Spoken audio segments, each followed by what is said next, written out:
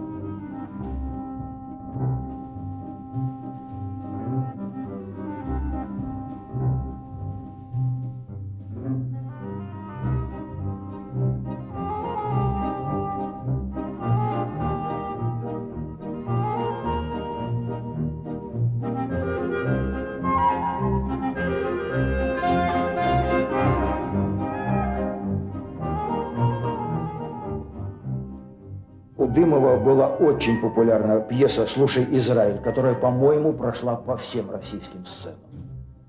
Хуже было с Давидом Айзманом. Его пьесы почти все были запрещены. Его самая такая знаменитая пьеса «Терновый куст» была поставлена лишь в 1907 году в Тереохском театре и игралась всего лишь несколько раз. Но когда я уже отработал вот все такое вот в русской прессе, мне библиографы сказали, что в театральной библиотеке существует громадная картотека, то есть не картотека, а просто громадное количество пьес на идыш и на иврит, которые прошли цензуру, царскую цензуру, которые были или запрещены, или были разрешены к постановкам, но которые вот в этих каталогах они запечатлены. Здесь пьес более 2000, вероятно, 2280. Не дозволено, не дозволено, дозволено. То есть это такое количество пьес, просто рукописных, машинописных. Много пьес печаталось, были переведены на русский язык, но также не допускались на сцену.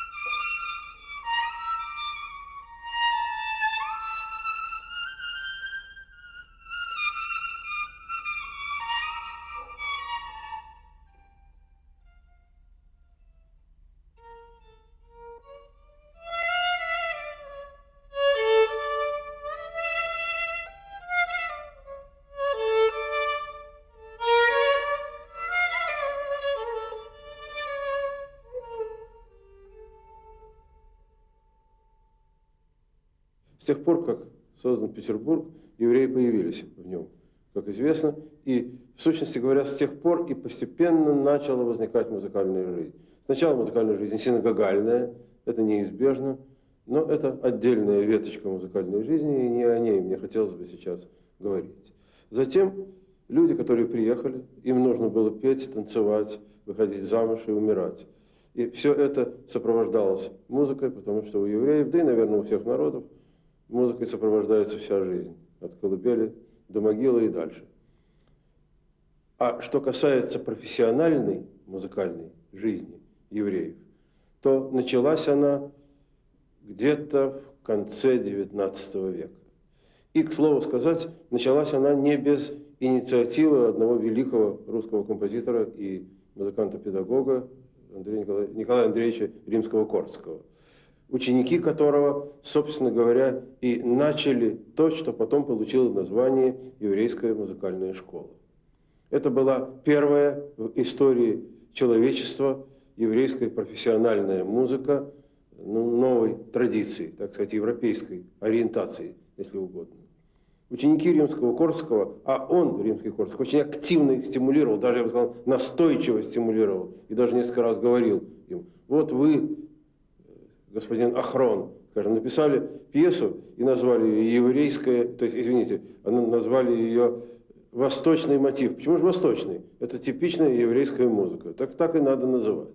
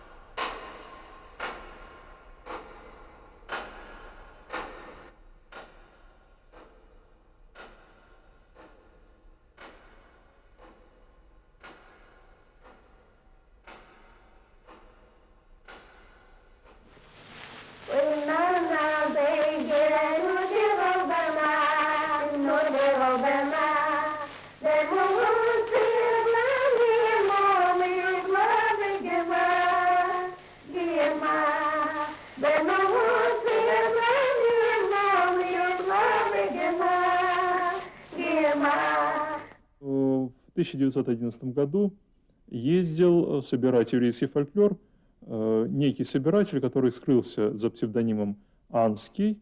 Он выезжал на Волынь в 1911 году. Доска, которую я вам сейчас покажу, была найдена в печке жителям города Побраде. Город Побраде находится 50 километров от Вильнюса. Разбиралась печка в доме, и была найдена доска с еврейскими письменами. Когда ее очистили, мы прочли Шлейме Залман Рапопорт. Как известно, это имя и фамилия известного еврейского ученого и писателя Анского.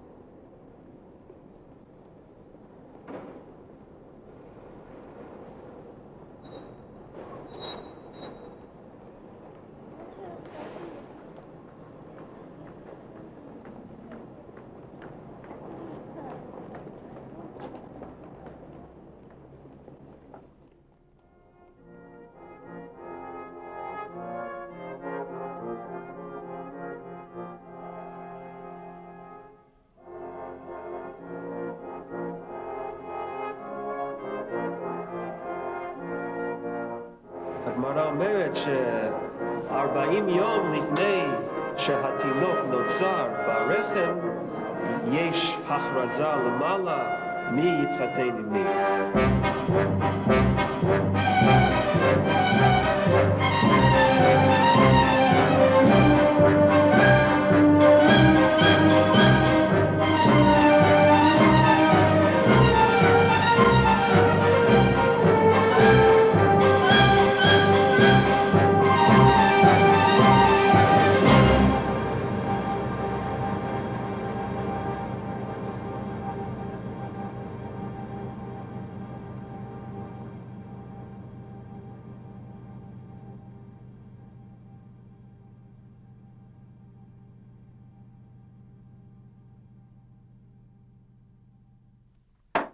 Фамилия, имя, отчество.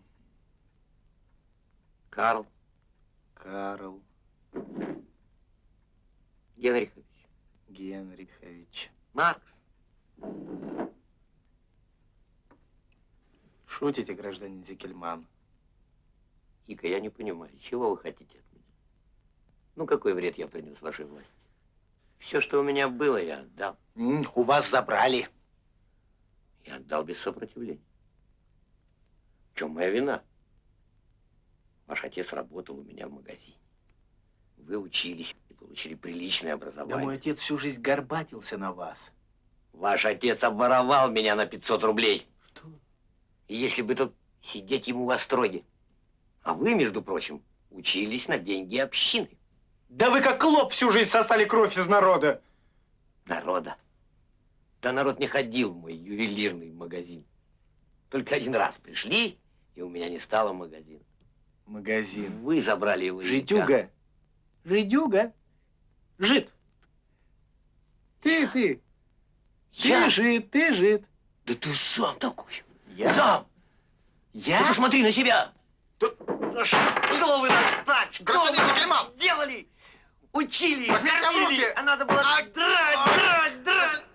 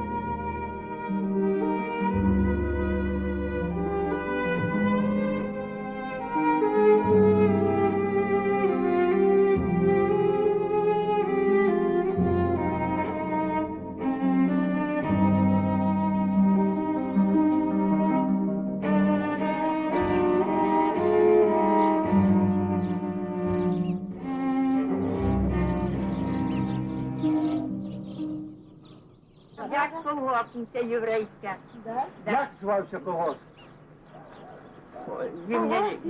Їм я не знаю, як називати. Я вам бригадір скажу. Вайнер, Мандель, Єревіцький, Войко. Єревіцький був бригадір, Вайнер був бригадір, Мандель був бригадір. А голови я не помню. Тут я рабин. Такой рабин был. Он, говорят, третью Майдану золото сдал в Америку на хранение. Вот, так его Америка тут славит.